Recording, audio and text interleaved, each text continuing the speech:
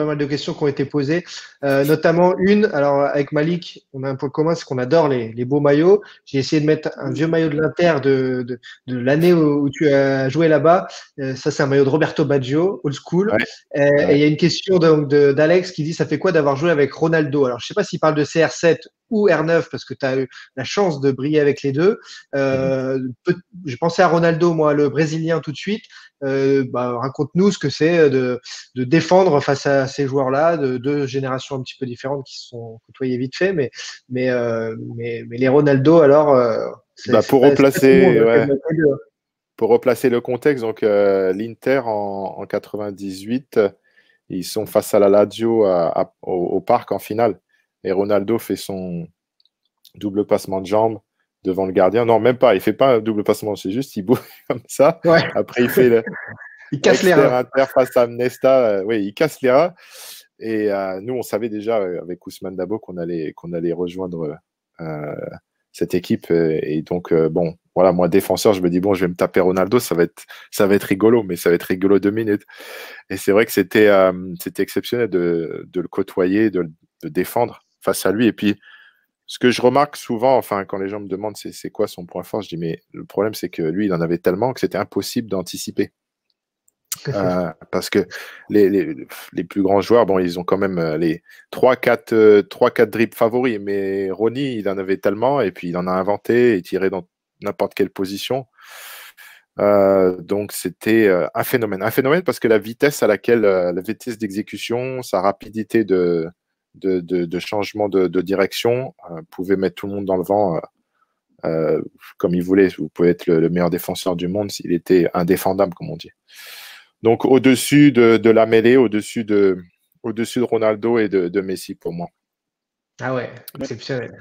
Ouais, Toi aussi, tu es d'accord, Malik? exceptionnel. Toi, Ben, moi c'est mon attaquant préféré, Ronaldo, R9. Donc, ouais, pour moi, j'avais toutes ses cassettes, ses meilleurs buts, il savait tout faire. Mais je me demande si c'était vraiment un bosseur. Est-ce que c'était un bosseur comme Cristiano Ronaldo l'était ou c'était juste un génie qui savait tout faire? Non, il a bossé quand même parce que tu vois bien que déjà pour débarquer du Brésil au PSV, après il prend beaucoup de masse musculaire. Quand on est à l'Inter, il fait venir son prépa physique. Et puis pour revenir de ses blessures, il a dû bosser. Donc c'est vrai que c'est pas un bourreau de travail comme Cristiano. D'ailleurs, je ne peux pas en citer un autre comme Cristiano, de joueur. Mm. À part c'est un ce qui fou, c'est peut un peut-être. malade mental. Ouais, ouais, non, même le plus fou au niveau de la charge de travail, c'est peut-être Javier Zanetti à l'Inter, mais Cristiano, il va beaucoup plus loin parce que même chez lui, il continue à bosser comme malade. Donc, et il bosse tout. Cristiano, c'est pas seulement les plaquettes de chocolat, il bosse ses coups de pied arrêtés. Hein. C'est vrai que quand il débarque à Manchester, on lui demande pas de tirer les corners et les coups francs, mais après, il y prend goût, il travaille comme un malade. Mm. Donc, ouais, c'était juste exceptionnel de pouvoir côtoyer ces joueurs-là, c'est sûr. Sans oublier Et, Baggio, hein, Ballon d'Or mais aussi. voilà, Donc, ouais, j'ai j'ai j'attendais. joué, j'ai joué avec Je 4 voulais, Ballons d'Or, donc je suis assez content de moi. je voulais pas faire le fanboy et tout parce que moi, c'est des années 90, etc. et de la Coupe du Monde 94 et même un peu avant. C'est Baggio qui m'a complètement ébloui, qui m'a fait un peu donner les premières émotions foot de petit, j'étais petit. Et donc, en effet, ce joueur qui a connu, on en a fait une vidéo avec Ben Ilouz, là, qui va nous rejoindre pour parler des blessures aussi, on finira la vidéo ensemble là-dessus, Michael. Justement, ce joueur, Roberto Baggio, il était comment, en fait, dans un groupe? Parce qu'on sait qu'il n'est pas très médiatique, enfin, voilà, il joue pas trop le jeu des médias après sa carrière. Il s'est rangé du côté du bouddhisme, c'est pas le cas de beaucoup de footballeurs. Voilà, c'est un mec un peu à part. Est-ce que dans un effectif, c'était juste un petit génie dans son coin ou c'était un mec qui t'a pu bien t'entendre l'année où tu étais à l'Inter?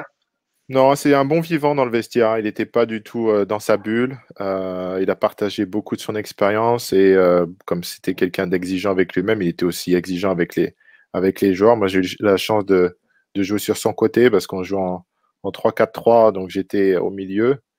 Et puis lui, c'était le joueur offensif devant moi. Donc il m'a donné des conseils parce que bon, moi, j'ai pas été formé à ce poste-là, donc j'arrive à l'Inter. C'est vrai que j'ai fait mes débuts à Rennes à ce niveau-là, mais bon, on joue de la Champions League, on joue la Mm. Juve, on joue le Grand Milan. Donc, l'avoir en tant que grand frère, entre guillemets, c'était c'était super sympa. Et même il n'y a pas très longtemps, je l'ai eu au téléphone grâce à un ami et on a discuté et c'était fantastique. Hein. Ouais. Non, mais c'est la classe. Voilà, ça c'est ces joueurs-là, le tempérament, le comportement, c'est la classe.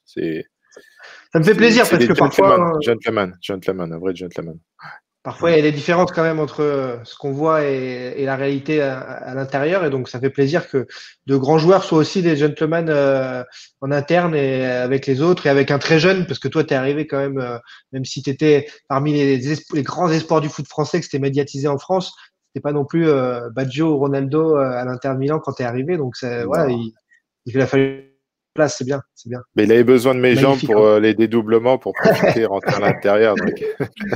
Mais toi, alors, justement, par rapport à ça, parce que c'est souvent relayé, c'est une question qui me vient, après on prend Ben Ilous qui arrive en direct, l'ostéo-magicien. Michael, ce côté gauche, t'as jamais trop voulu y jouer, tu gueulais quand on te disait, ou tu boudais quand on te disait de jouer côté gauche, parce qu'il y a quand même beaucoup de coachs qui t'ont utilisé à gauche. Et on a l'impression, quand on voit de l'extérieur les résumés, les articles, les trucs, que c'était vraiment un truc qui te dérangeait. C'est vrai ou pas alors? Non, non, en fait, bon, c'est vrai que tu penses bien que tu arrives en sélection ou voilà, tu fais des points presse, on te demande quel est ton poste favori. Moi, j'avais cette chance d'être polyvalent, mais quand tu es joueur, tu dis, moi, la polyvalence, je m'en fous, je suis jouer là où je m'éclate le plus. Donc, à un moment, j'ai eu l'impression que c'est vrai que dans l'axe, tu es plus patron, tu es au cœur du jeu et ça me ressemblait plus. Sauf qu'à gauche, j'ai pris autant de plaisir parce que j'avais cette possibilité d'aller devant, voilà, de créer des passes décisives, de créer du jeu offensif, ce qui a été aussi quelque chose qui m'a plu dès le plus jeune âge. Voilà, j'étais milieu de terrain en fait jusqu'à la Gambardella. J'étais un box-to-box. Donc, aller devant, créer du jeu offensif, ça a toujours fait partie de mon jeu naturellement. Avec Malik, on a une équipe de five, du coup, on te met où Moi, je veux bien démarrer sur le banc parce qu'il faut que je chauffe la machine.